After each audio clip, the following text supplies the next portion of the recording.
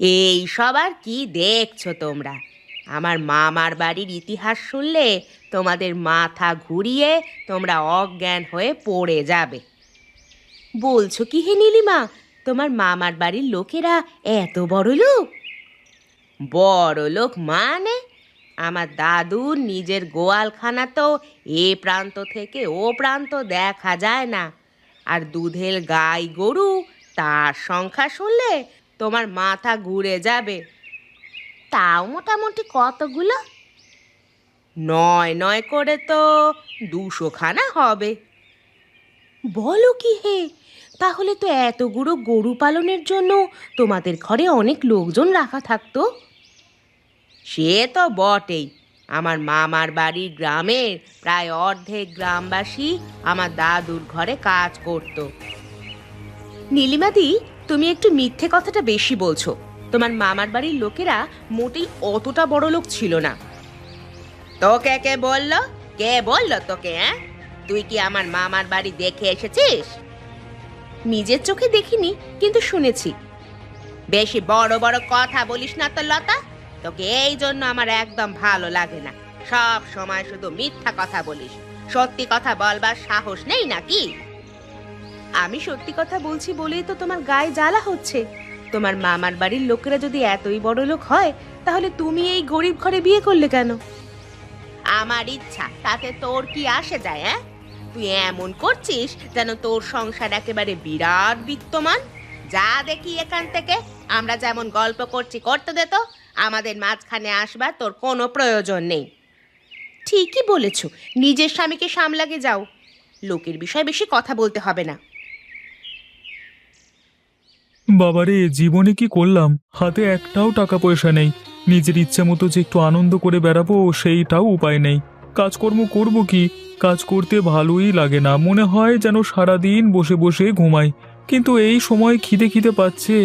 গিন্নিটা আবার কোথায় গেল কে জানে। গিন্নিটা যদি ঘরের কাজ না করে, তাহলে উঠে খেতে পাবে না, মনে থাকে যেন। আরে, তুমি আমার কথা শুনতে পেয়ে গেছো? সে তো পেয়েছি বটেই।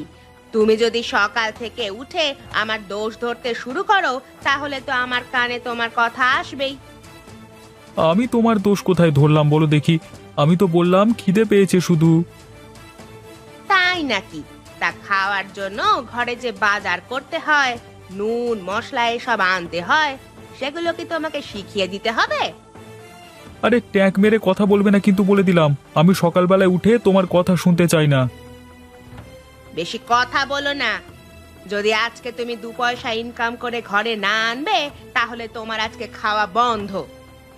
খুব তো বড় বড় কথা বলো, তোমার মামার বাড়িতে এটা ছিল ওটা ছিল। কই, মামার বাড়ি থেকে কিছু আনো দেখি। তাদের কাছে যা আছে তাদের নিজেদের নামে আছে। আমাকে দেওয়ার জন্য তারা বসে নেই। যাও, ঘর থেকে বিদায় হও দেখি। তুমি আমাকে ঘর থেকে তাড়িয়ে দিচ্ছ? হ্যাঁ, দিচ্ছি।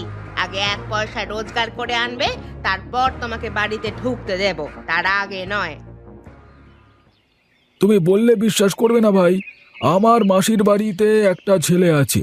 তা সে বিদেশে চাকরি করে, জানো তো? তার মাস মাইনে শুনলে তোমার মাথা ঘুরে যাবে। হ্যাঁ, মাসে 5 লক্ষ টাকা। পারবে? আমরা কোনোদিন চোখে দেখেছি? আজ পর্যন্ত চায়ের দাম কোনোদিন ঠিক মতো দেয় না, তার মুখে আবার বড় বড় ভাষণ। ভাষণ মারতে পারলে আর কিছু চায় না। ভাষণ মারতে পয়সা লাগে না তো। বুঝলে ভাই, এই হচ্ছে কথা। আমাদের জীবনে আমরা কি পেলাম? এই 2 টাকা ইনকাম করি, 3 টাকা বেরিয়ে যায় পকেট থেকে। হ্যাঁ, এইভাবে ঘর সংসার চলে। আমরা সারা জীবনই গরিব থেকে যাব, বুঝলে? আচ্ছা গোপাল, তোর মাসির ছেলের সাথে তোর ভাব আছে নাকি তোর সাথে কথা বলে না বল দেখি? আরে, ভাব থাকবে না মানে? আমি যখনই তাদের বাড়িতে যাই, আমাকে দাদা দাদা বলে একেবারে মাথায় তুলে রাখবার জোগাড়। তাহলে তুই একটা কাজ করতে পারিস তো গোপাল। আরে না না কাকা, তুমি কি বলো হে? আরে, ওদের মতো কাজ করা আমার পক্ষে সম্ভব নয়। ওরা সব বড় বড় কাজ করে, আমাদের পক্ষে কি সেই কাজ করা সম্ভব? কোনোদিনই সম্ভব না। আমি সেটা বলছি না। আমার দোকানে এতদিনে চা খেয়ে যে ধার বাকি রেখেছিস, সেই ধার বাকি টাকাগুলো তো তোর মাসির ছেলের কাছ থেকে নিয়ে এসে দিতে পারিস, তাই না? তার মানে মাসির ছেলে আমার ধারের টাকা কেন দিতে যাবে? তাহলে এখানে লেকচার মেরে কোনো লাভ আছে কি? চুপচাপ খা, দিয়ে এখান থেকে বিদায় হ। আজকেও নিশ্চয়ই আমার টাকা দিবি না, তাই না? একদম মুখ সামলে কথা বলবে কাকা। এরকম করে কথা বললে আমি তোমার দোকানে কোনোদিন চা খেতে আসবো না। আর না এলি বাঁচি। আমি তো ফ্রিতে চা খাবার জন্য দান শিবির খুলে রাখিনি। এখান থেকে দূর হ, যা। ঠিক আছে, সময় আসুক, আমিও দেখে নেব। কি করছেন বাবু, ব্যস্ত আছেন? আপনার সাথে কিছু দরকার ছিল বাবু। আপনার কি এখন সময় হবে আমার কথা শুনবার? আমি একটু নিজের চিন্তাতেই ব্যস্ত ছিলাম। হ্যাঁ, বলো দেখি রতন, কি বলবে? বাবু গো, আমাকে দয়া করে আজকে একটা কাজ দিন গো বাবু। না হলে আমাকে যে আজকে আমার স্ত্রী ঘর ঢুকতে দেবে না বাবু। আপনি দয়া করে একটা কাজ দিন আমাকে। কাজের কথা বলছিস? মনে হচ্ছে তোর জন্য একটা কাজ আছে, বুঝলি? আপনি যা কাজ দেবেন আমি তাই করে দেব বাবু। হ্যাঁ, একদম আপনি আমার উপর বিশ্বাস রাখতে পারেন। হ্যাঁ, বুঝতে পারছি, তবে কাজটা খুব বিশ্বাসের, বুঝলি তো? তোকে কি বিশ্বাস করে কাজটা দেওয়া যাবে? আপনি দিয়েই দেখুন না বাবু, আমি কেমন এক নিমেষে আপনার কাজটা করে দিই। কিছু টাকা তোর হাতে দিয়ে আমি এক জায়গায় পাঠাবো। সেই টাকাটা তোকে ঠিক জায়গায় দিয়ে আসতে হবে, পারবি? মাঝ রাস্তায় টাকা নিয়ে কেটে পড়বি না তো? আপনি বিশ্বাস রাখুন বাবু, আমি কোনো মতেই টাকা নিয়ে কেটে পড়ব না। আমি আপনার টাকা যথা জায়গায় পৌঁছে দেব। তাহলে তুই একটু অপেক্ষা কর, আমি আমার হিসেবটা শেষ করে নিই, তারপর তোকে একটা ব্যাগে টাকাগুলো দিয়ে নামটা বলে দিচ্ছি তোকে কোথায় নিয়ে যেতে হবে। মানে বাবু, আজকে আমি কিছু হাত খরচা পাবো তো? মানে গিন্নিকে দেখাতে হবে তো। সেসব নিয়ে তুই কোনো চিন্তা করিস না, তুই অবশ্যই তোর হাত খরচা পাবি। ধন্যবাদ বাবু, আপনি আপনার কাজ শেষ করে নিন, আমি এখানে অপেক্ষা করলাম। আরে, এখানে চায়ের দোকানদার বুড়ো আছে। হ্যাঁ, এখান থেকে যদি আমি চা খেয়ে কেটে পড়ি তাহলে বুড়ো ধরতেও পারবে না আমাকে। যাই যাই, বেশি দেরি না করে বুড়োর কাছে যাই। কি গো কাকা, এক কাপ চা হবে নাকি? হবে বই কি, আপনি একটু অপেক্ষা করুন, আমি চা আপনাকে দিচ্ছি। এক কাপ চা দিও তো কাকা, খেয়ে আমাকে একটা কাজে বেরোতে হবে। তা কোথায় চললি তুই? এই যে কাকা, অবিনাশ বাবুর একটা বিশেষ কাজে আমাকে যেতে হবে। এই ব্যাগটা একজনকার কাছে পৌঁছে দিতে হবে। যাক, শেষমেশ অবিনাশ বাবু তোকে দিয়ে একটা কিছু কাজ দিল, তাই তো? হ্যাঁ কাকা, অবিনাশ বাবু যদি কাজটা না দিত তাহলে আমি আজকে ঘর ঢুকতে পারতাম না। এমন পরিস্থিতি হয়ে গেছিল গো। কি বলছিস কি? বউ নিশ্চয়ই ঝগড়া করছে ঘরে, তাই না? তাহলে আর বলছি কি, সে বিরাট ঝগড়া। সকাল থেকে উঠেই আমাকে কথা শোনাতে শুরু করে, রাত্রিবেলা হলে কথা শেষ করে। বাড়ির পুরুষ মানুষেরা যদি কোনো কাজ না করে তাহলে এক বিশ্রী ব্যাপার, কেউ আহা বাছা করবে না রে। আরে আরে, আমার চায়ের দাম না দিয়ে এই লোকটা পালিয়ে গেল। আরে, আমার টাকার ব্যাগটা নিয়ে পালিয়ে গেল। কিন্তু লোকটা কে? জানি না তো, এই মাত্র লোকটা কোথা থেকে এলো কে জানে। এবার কি হবে? তোমার না হয় 5-10 টাকার ব্যাপার, আমার তো হাজার হাজার টাকার ব্যাপার কাকা। আমাকে এবার অবিনাশ বাবু আর ছেড়ে কথা বলবেন না। এবার ঘর থেকে কেন মনে হচ্ছে আমাকে এই গ্রাম থেকেই তাড়াবে অবিনাশ বাবু। হায় হায় হায় হায়।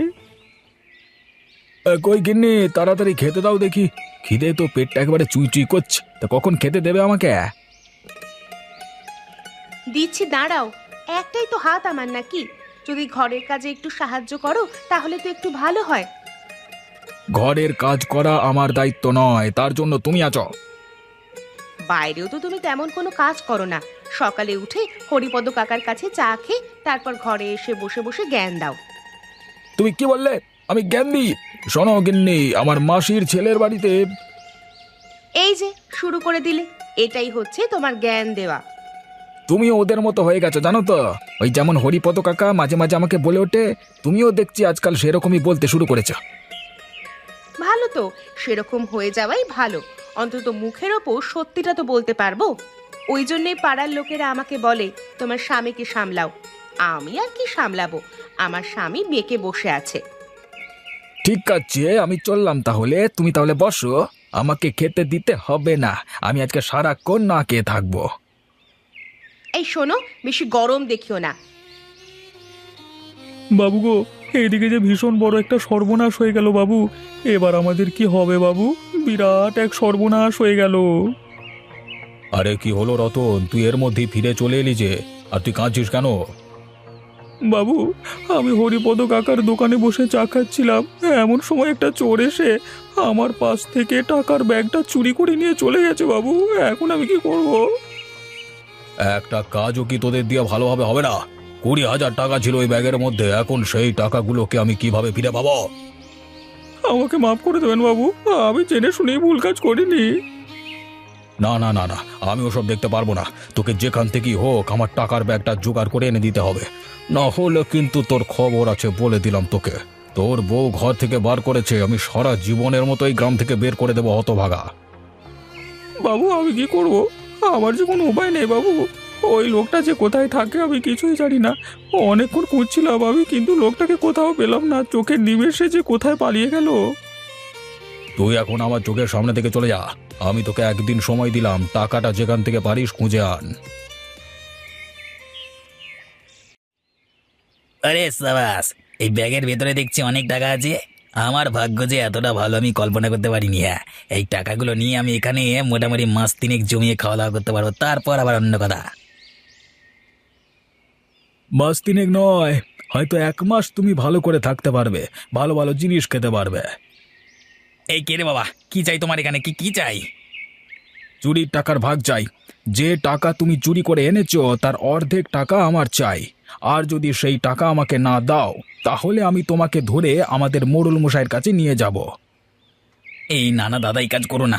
আজকে অনেকদিন বাদ এত টাকার মুখ দেখলাম, তুমি এরকম করে এসে কেচিয়ে দিও না সব কিছু। বেশ, দেব না। তাহলে তুই আমাকে টাকার ভাগ দে। আচ্ছা বেশ বেশ, তবে অর্ধেক টাকা না দিয়ে যদি মানে 80% আমি রাখতাম আর 20% তুমি রাখতে, তাহলে খুব ভালো হতো। ওসব চালাকি চলবে না। আমি যেটা বলেছি সেটাই করতে হবে, না হলে কিন্তু আমি পদক্ষেপ নিতে বাধ্য হব। আরে না গো দাদা, না এত রাগ করো না। ঠিক আছে, তুমি যেমনটা বলবে তেমনটাই হবে। নাও নাও, তুমি তোমার টাকার ভাগ নাও, আর আমাকে এখন ছেড়ে দাও। বাপরে বাপ, এ তুমি কি করেছো? অবিনাশ বাবুর টাকা হাওয়া করে দিয়েছো। এখন অবিনাশ বাবু আমাদেরকে ছেড়ে কথা বলবেন না।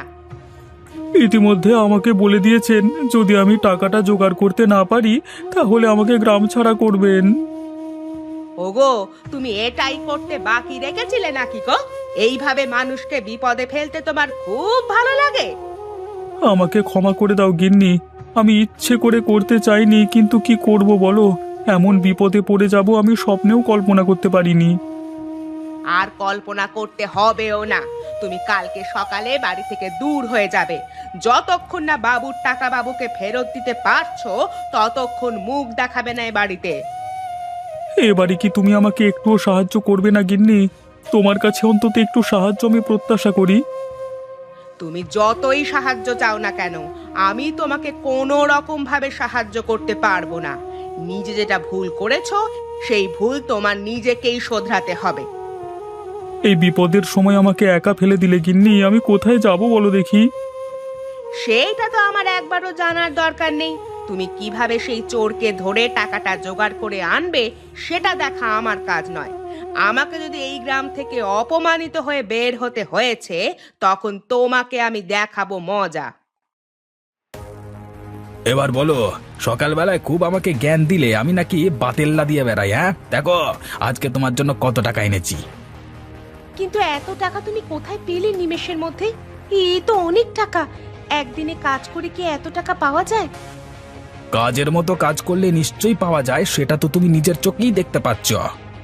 তুমি আমাকে সত্যি করে বলবে, এই টাকাগুলো কোথা থেকে চুরি করে নিয়ে আসোনি তো? তুমি আমাকে এত বড় সন্দেহ করতে পারলে গিন্নি, আমি এই টাকাটা চুরি করে আনবো? এই শোনো, আমি সেরকম লোক নই যে আমি টাকা চুরি করে নিয়ে আসবো, ঠিক আছে? তাহলে তুমি আমাকে সত্যি কথা বলছো না কেন, যে টাকাগুলো তুমি কোথা থেকে এনেছো? আমি তো বারবার বলছি আমি এই টাকাগুলো রোজগার করে এনেছি। এখন কেউ যদি আমার কথা বিশ্বাস না করে, তাহলে আমার কিচ্ছু করবার নেই। বেশ, তুমি সত্যি কথা বলবে না তো? তাহলে আমার আর কিচ্ছু বলবার নেই। যদি কোনোদিন এই জিনিস নিয়ে বাড়াবাড়ি হয়েছে, তখন তোমাকে আমি দেখে নেব। আরে যাও যাও, ভয় দেখিও না শুধু শুধু। সত্যি কথা তো বিশ্বাস হয় না তোমার, তাহলে আমার কি করবার আছে? হায় আমার পোড়া কপাল! এই কপালে কি সুখ কোনোদিন এসে জুটবে না? যদিও বা একটা কাজে এলো, তাও আবার ফুরুত করে উড়ে চলে গেল। আমি আবার কোথায় যাব? যদি টাকার ব্যাগটা খুঁজে না পাই তাহলে তো মুশকিল হয়ে যাবে। আমাকে অবিনাশবাবু কিছুতেই ছাড়বেন না। এখন আমি কোথায় যাব? কি গো রতনদা, তোমাকে তো এর আগে কোনোদিন এত সকালে এখানে মন খারাপ করে বসে থাকতে দেখিনি। কি হয়েছে কি? খুব বড় বিপদ হয়ে গেছে বোন। কালকে অবিনাশবাবু আমাকে কিছু টাকা দিয়েছিলেন এক জায়গায় পাঠানোর জন্য। হঠাৎ করে আমাদের হরিপদ কাকার চায়ের দোকান থেকে সেই টাকাটা নিয়ে ফুরুত করে উড়ে যায় একটা চোর। এখন সেই টাকা আমাকে অবিনাশবাবুকে ফেরত দিতে হবে। সে কি গো, কে নিয়ে গেছে কিছু জানো? আরে লোকটা আমার পাশে বসেই চা খাচ্ছিল, কিন্তু হঠাৎ করে যে এভাবে ব্যাগটা নিয়ে পালাবে সেটা তো বুঝতে পারিনি। আমার মনে হচ্ছে একজনকে জেরা করলে পাওয়া যাবে টাকাটা। কার কথা বলছো বোন? তোমার ভাইয়ের কথা বলছি।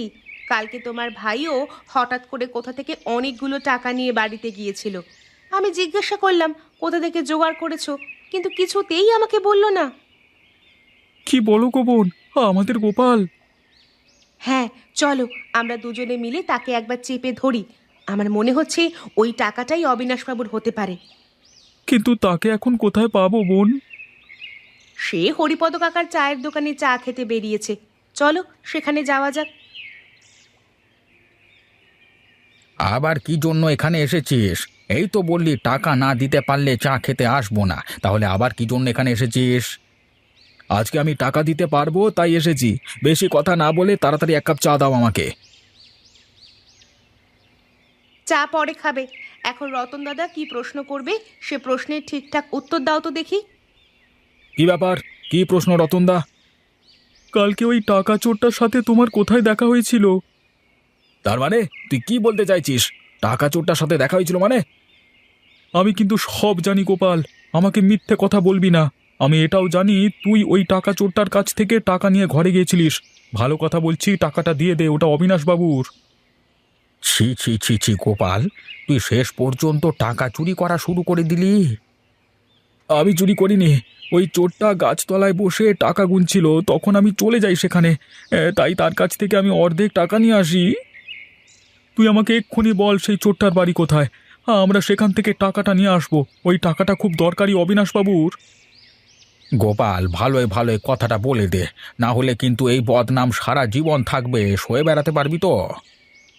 আচ্ছা আমি বলছি, তোমরা চলো আমার সাথে।